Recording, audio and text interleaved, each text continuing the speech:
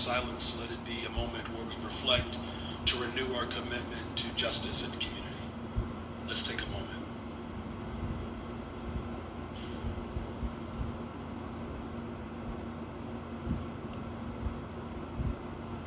Thank you. I want to thank the Chicago Department of Environment, the Department of Public Health, the Chicago Park District. We have our General Superintendent here, Carlos Ramirez Rosa. Thank you for being here, sir. Can you wave? Please give him a round of applause. The Northwestern University's Buffett Institute. We have the Metropolitan Planning Council here today, and of course all of our diffusing disasters community partners who organized this event. 30 years ago, Chicago experienced one of the most devastating climate-related tragedies in our nation's history. Today, we gather to remember and honor the more than 700 Chicagoans whose lives were lost during this tragic event. Many of those lives that were lost were Black, elderly, low-income residents living in communities that have been ignored and under-resourced. They were often living in isolation, without access to cooling or care or other community safety net opportunities that they really deserve.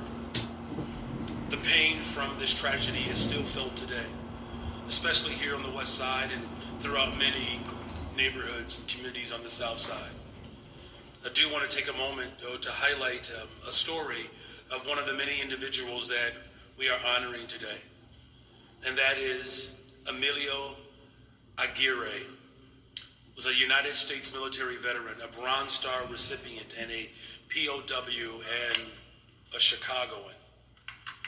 50 years after serving this country during World War II, he succumbed to heat illness during the 1995 heat wave. For nearly 30 years, he rested in an unmarked grave, without a headstone, without a ceremony, and without the honors that he deserved. Emilio was a man whose story reminds us of both the quiet dignity of service and the deep responsibility that we all share to never let such lives go unrecognized.